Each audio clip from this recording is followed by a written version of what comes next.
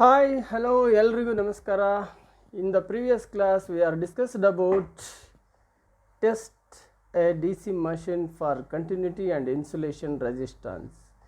So, ಒಂದು DC machine continuity test ಹೇಗೆ ಮಾಡೋದು, ಹಾಗೆ ಇನ್ಸುಲೇಷನ್ ರೆಸಿಸ್ಟೆನ್ಸನ್ನು ಹೇಗೆ ಟೆಸ್ಟ್ ಮಾಡೋದು ಅಂತಲೇ ಈ ಹಿಂದಿನ ಕ್ಲಾಸಲ್ಲಿ ನೀವು ಕಲ್ತ್ಕೊಂಡಿದ್ದೀವಿ.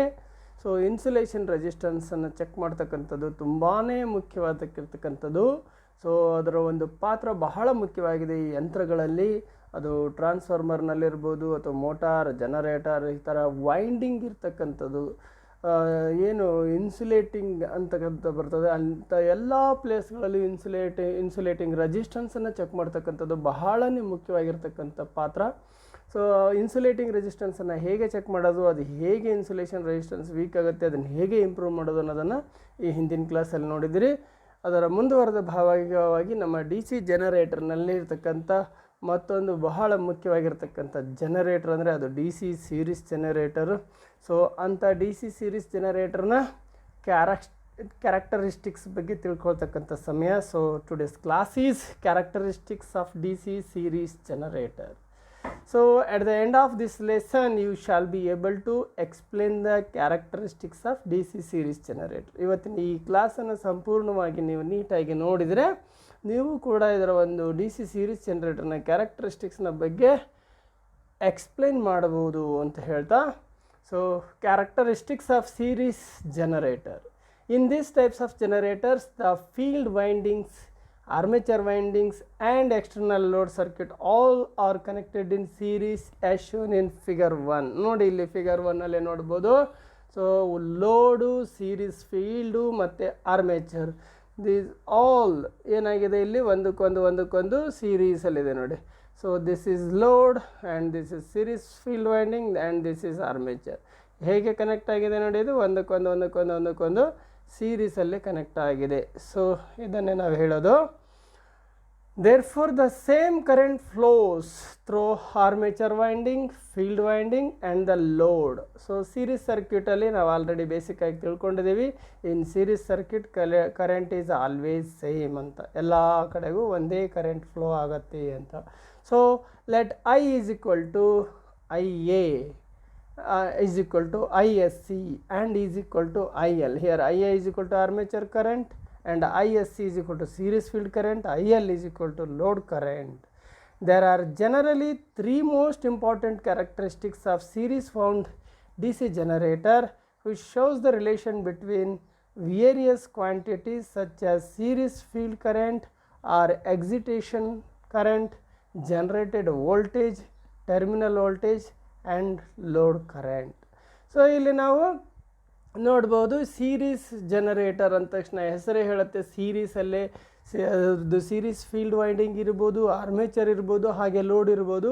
ಇವು ಮೂರೂ ಕೂಡ ಸೀರೀಸಲ್ಲಿ ಕನೆಕ್ಟ್ ಆಗ್ತದೆ. ಸೀರೀಸಲ್ಲಿ ಕನೆಕ್ಟ್ ಆಗೋದ್ರಿಂದ ಕರೆಂಟು ಆ ಮೂರಲ್ಲೂ ಕೂಡ ಸೇಮ್ ಕರೆಂಟ್ ಇರ್ತದೆ. ಹಾಗಾಗಿ ನಾವೇನು ಹೇಳ್ತೀವಿ, current is equal to I A ಅಂದರೆ armature current. So armature current is equal to I S C series field current, ಹಾಗೆಯೇ is equal to I L load current. ಹೀಗೆ load current, armature current, series field current, overall ಎಲ್ಲ current ಇಲ್ಲಿ ಏನಾಗಿರ್ತದೆ, same ಇರ್ತದೆ ಅಂತ ಹೇಳ್ತೀವಿ.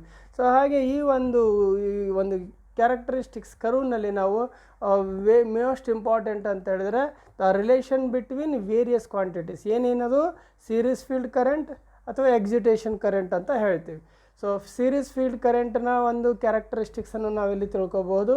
ಹಾಗೆಯೇ generated ವೋಲ್ಟೇಜ್ನ ಕ್ಯಾರೆಕ್ಟರಿಸ್ಟಿಕ್ಸ್ ಹೇಗಿರುತ್ತದೆ, ಹಾಗೆ ಟರ್ಮಿನಲ್ ವೋಲ್ಟೇಜ್ ಕ್ಯಾರೆಕ್ಟರಿಸ್ಟಿಕ್ಸ್ ಹೇಗಿರುತ್ತೆ, ಲೋಡ್ ಕರೆಂಟ್ ಹೇಗಿರುತ್ತೆ, ಇದೆಲ್ಲವನ್ನು ಕೂಡ ಈ ಒಂದು ಇದರಲ್ಲಿ ತಿಳ್ಕೊಳ್ತಕ್ಕಂಥ ಪ್ರಯತ್ನ ಮಾಡೋಣ.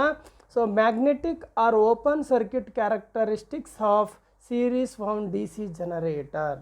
ಹಾಗಾದರೆ ಈ ಮ್ಯಾಗ್ನೆಟಿಕ್ ಅಥವಾ ಓಪನ್ ಸರ್ಕ್ಯೂಟ್ ಕ್ಯಾರೆಕ್ಟರಿಸ್ಟಿಕ್ಸ್ ಅಂದರೆ ಒ ಸಿ ಸಿ ಅಂತ ಶಾರ್ಟಾಗಿ ಹೇಳ್ತೀವಿ, open circuit characteristics of D C series generator. The curve which shows the relation between no load voltage and the field excitation current is called magnetic or open circuit characteristics curve, OCC curve ಅಂತ ಹೇಳ್ತೀವಿ. ಎಲ್ಲಿ load ಇಲ್ಲದೇ ನಾವು ಒಂದು ವೋಲ್ಟೇಜನ್ನು ಅಲ್ಲಿ build up ಮಾಡ್ತೀವಿ, ಅಲ್ಲಿ ಒಂದು ಏನು ಫೀಲ್ಡನ್ನು ಎಕ್ಸಿಟೇಷನ್ ಮಾಡಿ ಅಲ್ಲೊಂದು ಇ ಎಮ್ ಎಫನ್ನು ಡೆವಲಪ್ ಮಾಡ್ತೀವಿ, ಅದರ ಒಂದು ಫೀಲ್ಡ್ ಕರೆಂಟು ಮತ್ತು ಮ್ಯಾಗ್ನೆಟಿಕ್ಸ್ ಇ ಎಮ್ ಎಫ್ನ ಒಂದು ರಿಲೇಷನ್ಶಿಪ್ ಮೇಲೆ ಒಂದು ಕರ್ವ್ ಬರುತ್ತೆ. ಅದನ್ನೇ ನಾವಿಲ್ಲಿ OCC ಕರ್ವ್ ಅಂತ ಹೇಳ್ತೀವಿ. As during no load the load terminals are open circuited. So ಇಲ್ಲಿ ಲೋಡ್ ಇಲ್ಲ ಅಂದ್ರೆ ಅದರ ಅರ್ಥ ಲೋಡ್ನ ಸರ್ಕ್ಯೂಟ್ ಸೈಡಲ್ಲಿ ಓಪನ್ ಸರ್ಕ್ಯೂಟ್ ಇದೆ ಅಂತ ಅರ್ಥ. There will be no field current in the field since. So ಅಲ್ಲಿ ಯಾವಾಗ ನಮಗೆ ಲೋಡ್ ಇಲ್ಲ ಅಂತ ಹೇಳಿದರೆ ಅಲ್ಲಿ ಲೋಡ್ ಫೀಲ್ಡಲ್ಲಿ ಯಾವುದೇ ರೀತಿ ಕರೆಂಟು ಕೂಡ ಫ್ಲೋ ಆಗೋದಿಲ್ಲ ಅಂತ ಹೇಳ್ತೀವಿ. The armature field and load are series connected and these 3 make a closed loop of circuit. So ಇಲ್ಲಿ ಆರ್ಮೇಚರ್ ಇರ್ಬೋದು, ಫೀಲ್ಡ್ ಇರ್ಬೋದು, ಹಾಗೆ ಲೋಡ್ ಇರ್ಬೋದು. ಇವು 3 ಸೀರೀಸಲ್ಲಿ ಬರೋದ್ರಿಂದ ಈ ಒಂದು ಸೀರೀಸ್ ಜನ್ರೇಟರ್ನಲ್ಲಿ ಅಲ್ಲಿ ಒಂದು ಕನೆಕ್ಷನ್ ಇಲ್ಲಾಂದರೂ ಕೂಡ ಅದು ಏನಾಗೋದಿಲ್ಲ, ನನಗೆ ಕ್ಲೋಸ್ಡ್ ಲೂಪ್ ಆಗೋದಿಲ್ಲ. ಸೊ ಇವು 3 ಸೇರಿಬಿಟ್ಟು ಕ್ಲೋಸ್ಡ್ ಲೂಪ್ ಆಗ್ತದೆ, ಒಂದು ಕಂಪ್ಲೀಟ್ ಸರ್ಕ್ಯೂಟ್ ಆಗ್ತದೆ. So this curve can be obtained practically by separating the field winding and exciting the DC generator by an external sources. ಇಲ್ಲಿ ನಮ್ಗೆ ಗೊತ್ತಿದೆ ಈ ಸೀರೀಸ್ ಜನ್ರೇಟರ್ನಲ್ಲಿ ಏನಾಗುತ್ತೆ ಅಂತ ಹೇಳಿದ್ರೆ ಲೋಡು, ಸೀರೀಸ್ ಫೀಲ್ಡು, ಆರ್ಮೇಚರ್ 3 ಸೀರೀಸಲ್ಲಿ ಬರ್ತದೆ. ಅದರಲ್ಲಿ ಯಾವ ಲೋಡ್ ಕೊಟ್ಟಿಲ್ಲ ಅಂದರೆ it is nothing but open circuit ಆಗುತ್ತೆ. ಸೊ ಹಾಗಾಗಿ ನಾವಿಲ್ಲಿ ಇದನ್ನು OCC ಲೋಡ್ ಕೊಡದೇ ಒಂದು ಸರ್ಕ್ಯೂಟನ್ನು ಕಂಪ್ಲೀಟ್ ಮಾಡೋಕ್ಕಾಗೋದಿಲ್ಲ. ಹಾಗಾಗಿ ನಾನಿಲ್ಲಿ ಪ್ರಾಕ್ಟಿಕಲ್ ಪರ್ಪಸ್ಲಿ OCC ಕರ್ವನ್ನು ನಾನು ತೊಗೋಬೇಕು ಅಂತ ಹೇಳಿದ್ರೆ ಸೀರೀಸ್ ಫೀಲ್ಡಿಗೆ ಏನು ಮಾಡಬೇಕಾಗತ್ತೆ ಅಂದರೆ ಎಕ್ಸ್ಟರ್ನಲ್ ಸೋರ್ಸ್ ಸಪ್ಲೈನ ಸೀರೀಸ್ ಫೀಲ್ಡಿಗೆ ಕೊಟ್ಟು ಎಕ್ಸಿಟೇಷನ್ ಮಾಡ್ತೇನೆ, ಅಲ್ಲಿ ಫೀಲ್ಡ್ ಫ್ಲಕ್ಸನ್ನು ಪ್ರೊಡ್ಯೂಸ್ ಮಾಡ್ಕೊಳ್ತೀನಿ. ಆರ್ಮೇಚರ್ ನಿಮಗೆ ಗೊತ್ತೇ ಇದೆ, ಪ್ರೈಮ್ ಮೂವರ್ ಸಹಾಯದಿಂದ ಅಲ್ಲಿ ತಿರುಗುತ್ತೆ. ಸೊ ಯಾವಾಗ ನಾನು ಎಕ್ಸ್ಟರ್ನಲ್ ಸೋರ್ಸ್ನಿಂದ ಫೀಲ್ಡಿಗೆ ಸಪ್ಲೈ ಕೊಟ್ಕೊಂಡು ಅಲ್ಲಿ ಫೀಲ್ಡ್ ಕರೆಂಟ್ ಸಿಗುತ್ತೆ ನನಗಂಥ ಸಂದರ್ಭದಲ್ಲಿ, ಹಾಗೆ ಆ ಫೀಲ್ಡ್ ಕರೆಂಟನ್ನು ರೈಸ್ ಮಾಡ್ತಾ ಹೋದಂಗೆ ಅಲ್ಲಿ ಫೀಲ್ಡ್ ಫ್ಲಕ್ಸ್ ರೈಸ್ ಆಗ್ತಾ ಹೋಗ್ತದೆ. ಫೀಲ್ಡ್ ಫ್ಲಕ್ಸ್ ರೈಸ್ ಆಗ್ತಾ ಹೋದಂಗೆ ಇಂಡ್ಯೂಸ್ಡ್ EMF ಕೂಡ ರೈಸ್ ಆಗ್ತಾ ಹೋಗ್ತದೆ. ದಟ್ ಈಸ್ OCC ಕರ್ವ್ ಅಂತ ಹೇಳ್ತೀವಿ. ಸೊ ಎಕ್ಸ್ಟರ್ನಲ್ ಸೋರ್ಸ್ನಿಂದ ಫೀಲ್ಡನ್ನು ಎಕ್ಸಿಟೇಷನ್ ಮಾಡಿಕೊಂಡು ನಾನೇನು ಮಾಡ್ತೀನಿ ಪ್ರಾಕ್ಟಿಕಲ್ ಪರ್ಪಸ್ಲಿ ಇದರ OCC ಕ್ಯಾರೆಕ್ಟರಿಸ್ಟಿಕ್ಸ್ ಕರ್ವ್ ಹೇಗಿದೆ ಅಂತಕ್ಕಂಥದ್ದನ್ನು ತಿಳ್ಕೊಳ್ಳೋ ಪ್ರಯತ್ನ ಮಾಡ್ತೀವಿ. So then here in the diagram below AB curve is showing the magnetic characteristics of series wound DC generator. So ಇಲ್ಲಿ ಒಂದಿದೆ ನೋಡಿ, ಇಲ್ಲಿ ಒಂದು ಕ್ಯಾರೆಕ್ಟರಿಸ್ಟಿಕ್ಸ್ ಕರ್ವ್ ಅಂತ ಹೇಳ್ತೀವಿ. Characteristics curves of series wound DC generator ಅಂತ ಹೇಳ್ತೀವಿ. ಅದರಲ್ಲಿ AB ಅಂತಕ್ಕಂಥದ್ದು ಏನಿದೆ, AB ಎಲ್ಲಿದೆ, ಇಲ್ಲಿದೆ ನೋಡಿ, ಇಲ್ಲಿ A ಇದೆ, ಇಲ್ಲಿ B ಇದೆ. ಈ AB ಅಂತಕ್ಕಂಥ ಕರ್ವ್ ಏನಿದೆಯಲ್ಲ, ಈ AB ಅಂತಕ್ಕಂಥ ಕರ್ವನ್ನು ನಾವಿಲ್ಲಿ ಏನಂತ ಹೇಳ್ತೀವಿ ಈಗ ಸದ್ಯದಲ್ಲಿ, ಅದನ್ನೇ ಮ್ಯಾಗ್ನೆಟಿಕ್ ಕರ್ವ್ ಅಂತ ಹೇಳ್ತೀವಿ. ಅದನ್ನೇ ಇಲ್ಲಿಗೆ ಸದ್ಯದಲ್ಲಿ ಮ್ಯಾಗ್ನೆಟಿಕ್ ಕರ್ವ್ ಅಂತ. So AB curve is showing the magnetic characteristics of series wound DC generator. The linearity of the curve will continue till the saturation of the poles. So ಅಲ್ಲೇನಾಗುತ್ತೆ, ಲೀನಿಯರಾಗಿ rise ಆಗ್ತಾ ಹೋಗುತ್ತದೆ ಅಪ್ ಟು ಎಲ್ಲಿವರೆಗೂ ಅಂದರೆ pole saturation ಆಗೋವರೆಗೂ ಅದು ಒಂದು ಲೀನಿಯರಾಗಿ rise ಆಗ್ತಾ ಹೋಗ್ತದೆ. After that there will be no further significant change of terminal voltage of DC generator for increasing field current. ನಾನು ಫೀಲ್ಡ್ ಕರೆಂಟನ್ನು ರೈಸ್ ಮಾಡ್ತಾ ಹೋದಾಗೆಲ್ಲ ಅಲ್ಲಿ ನನ್ನ ಇಂಡ್ಯೂಸ್ಡ್ EMF ಕೂಡ ಲೀನಿಯರಾಗಿ ರೈಸ್ ಆಗ್ತಾ ಹೋಗ್ತಾ ಇತ್ತು. ಎಲ್ಲಿವರೆಗೂ up to field saturation, field ಪೋಲ್ಸ್ಗಳು ಸ್ಯಾಚುರೇಷನ್ ಲೆವೆಲಿಗೆ ರೀಚ್ ಆಗೋವರೆಗೂ.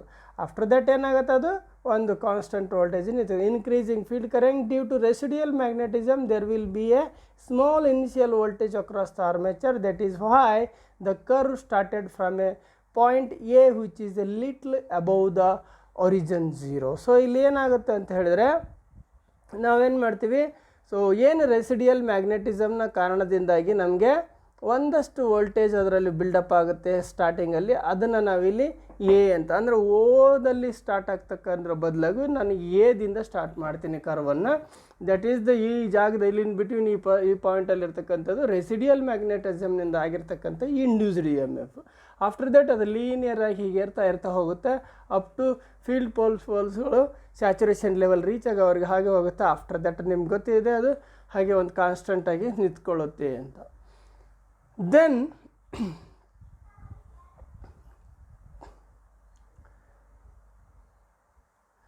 Internal characteristics of series wound DC generator. ಇದು ಈಗ ನಾನು ನೋಡಿದೀವಿ ಇಲ್ಲಿ ಯಾವ ರೀತಿ ನನ್ನ ಓಪನ್ ಸರ್ಕ್ಯೂಟ್ ಕ್ಯಾರೆಕ್ಟರಿಸ್ಟಿಕ್ಸ್ ಅಥವಾ ಮ್ಯಾಗ್ನೆಟಿಕ್ ಅಂತ ಹೇಳ್ತೀವಿ, ಮ್ಯಾಗ್ನೆಟಿಕ್ ಕ್ಯಾರೆಕ್ಟರಿಸ್ಟಿಕ್ಸ್ ಕರ್ವ್ ಅಥವಾ ಓಪನ್ ಸರ್ಕ್ಯೂಟ್ ಕ್ಯಾರೆಕ್ಟರಿಸ್ಟಿಕ್ಸ್ ಕರ್ವ್ ಅಂತ ಹೇಳ್ತೀವಿ.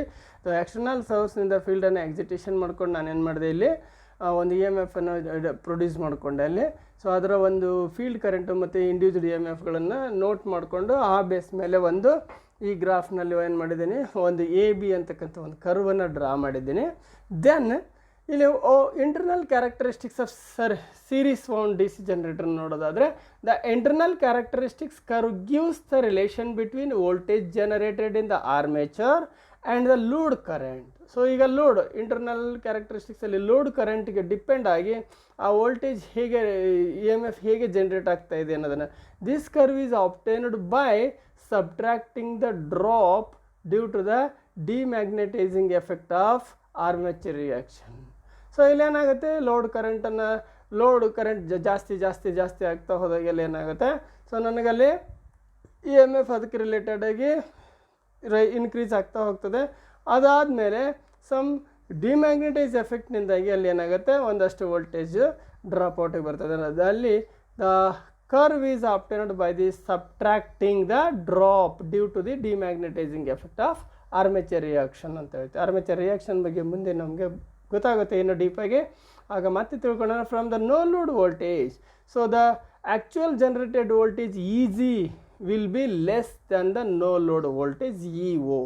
ಇಲ್ಲಿ ಏನಾಗುತ್ತೆ ಅಂತ ಹೇಳಿದ್ರೆ, ಅಲ್ಲಿ ಲೋಡ್ ಕರೆಂಟ್ ಇರಲಿಲ್ಲ, ಎಕ್ಸ್ಟರ್ನಲ್ ಸೋರ್ಸ್ನಿಂದ ನಾನು ಪ್ರಾಕ್ಟಿಕಲ್ ಪರ್ಪಸ್ಲಿ ಏನು ಮಾಡಿದ್ದೆ, ಒಂದು ನೋ ಲೋಡ್ ವೋಲ್ಟೇಜನ್ನು ಬಿಲ್ಡಪ್ ಮಾಡಿದೆ. ಆಫ್ಟರ್ ದಟ್ ಲೋಡಲ್ಲಿ ನಾನು ಒಂದು ವೋಲ್ಟೇಜನ್ನು ಬಿಲ್ಡಪ್ ಮಾಡ್ತೀನಿ. ಇವೆರಡಕ್ಕೂ ಕಂಪೇರ್ ಮಾಡಿದರೆ ಏನಾಗುತ್ತೆ ಅಂತ ಹೇಳಿದ್ರೆ, ನೋ ಲೋಡ್ ವೋಲ್ಟೇಜ್ಗಿಂತ ಈ ಲೋಡ್ ವೋಲ್ಟೇಜೇ ಸ್ವಲ್ಪ ಕಡಿಮೆ ಇರೋದನ್ನು ನಾವಿಲ್ಲಿ ಗಮನಿಸಬಹುದು. That is why the curve is slightly dropping from the open circuit characteristics curve. So ಹಾಗಾಗಿ ನಾವಿಲ್ಲಿ ಅದನ್ನು ನೋಡ್ಬೋದು. ಇಲ್ಲಿ ನಾವು ಒಂದು ಕೆಳಗಡೆ ಎ ಬಿ ಅಂತಕ್ಕಂಥ ಕರ್ವ್ ಏನಿದೆ ಅದ್ರ ಕೆಳಗಡೆನೇ ಇದಿದೆ. ಸೊ ಇನ್ಫ್ಯಾಕ್ಟ್ ಇದು ಇಲ್ಲಲ್ಲ, ಇಲ್ಲಿಂದನೇ ಬರುತ್ತೆ. ಸೊ ಈಗಿದು ಅದ್ರ ಕೆಳಗಿನೇ ಈ ಕಡೆ. ಬಟ್ ಇನ್ನೂ ಒಂದನ್ನು ನೀವು ಗಮನಿಸ್ಬೋದು, ಈ ಸ್ಟಾರ್ಟಿಂಗ್ ಪಾಯಿಂಟಲ್ಲಿ ಕಡಿಮೆ ಗ್ಯಾಪ್ ಇರುತ್ತೆ, ಆಮೇಲೆ ಆಫ್ಟರ್ ದಟ್ ಹೋಗ್ತಾ ಈ ಡಿಸ್ಟೆನ್ಸ್ ಏನಾಗುತ್ತೆ, ಜಾಸ್ತಿ ಆಗ್ತಾ ಹೋಗುತ್ತೆ. ಯಾವ ಡಿಸ್ಟೆನ್ಸ್ ಅಂತ ಹೇಳಿದ್ರೆ, ಈ ಎರಡೂ ಲೈನ್ಗಳ ಮಧ್ಯೆ ಏನಿದೆ ಅಲ್ಲ ಈ ಡಿಸ್ಟೆನ್ಸ್ ನೋಡಿ ಹೋಗ್ತಾ ಜಾಸ್ತಿ ಆಗ್ತಾ ಹೋಗ್ತದೆ. So that is the reason for demagnetising effect ಅಂತ ಹೇಳ್ತೀವಿ. ಆ ಡಿಮ್ಯಾಗ್ನೆಟೈಸಿಂಗ್ ಎಫೆಕ್ಟ್ನ ಕಾರಣದಿಂದ ಏನಾಗುತ್ತೆ, ಅಲ್ಲೊಂದಷ್ಟು ವೋಲ್ಟೇಜ್ ಡ್ರಾಪ್ ಆಗುತ್ತೆ ಅಂತ ಹೇಳ್ತೀವಿ. Then that is why the curve is slightly dropping from the open circuit characteristics curve. Here in the diagram below O C curve is showing the internal characteristics or total characteristics of the series wound D C generator ಅಂತ ಹೇಳ್ತೀವಿ. ಈ ಒಂದು characteristics ಕರ್ವನ್ನು ನಾವು ಏನು ಹೇಳ್ತೀವಿ, so internal characteristics curve ಅಂತಲೂ ಹೇಳ್ತೀವಿ. So external characteristics of series wound D C generator, ಇಲ್ಲಿ ಒಂದು ಓ ಸಿ ಸಿ ಕರ್ವ್ ಬರ್ತದೆ, ಒಂದು ಇಂಟರ್ನಲ್ ಕ್ಯಾರೆಕ್ಟರಿಸ್ಟಿಕ್ಸ್ ಕರ್ವ್ ಬರ್ತದೆ, ಮತ್ತೊಂದು external characteristics curve. The external characteristics curve shows the variation of terminal voltage V with the load current. Terminal voltage of this type of generator is obtained by subtracting ohmic drop due to armature resistance RA ಅಂತ ಹೇಳ್ತೀವಿ, and series field resistance RSC ಅಂತ ಕೂಡ ಇಲ್ಲಿ ಹೇಳ್ಬೋದು. So then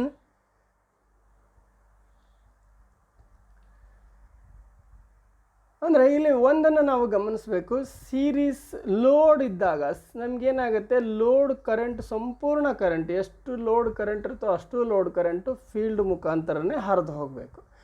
ಅಲ್ಲಿಗೆ maximum current field ಮುಖಾಂತರ ಹರಿದು ಹೋದಾಗ ಏನಾಗುತ್ತೆ, ಅಲ್ಲಿ ಮ್ಯಾಕ್ಸಿಮಮ್ ಫೀಲ್ಡ್ ಫ್ಲಕ್ಸ್ ಪ್ರೊಡ್ಯೂಸ್ ಆಗುತ್ತೆ ಅಂತ ನಿಮ್ಗೆ ಗೊತ್ತಿದೆ.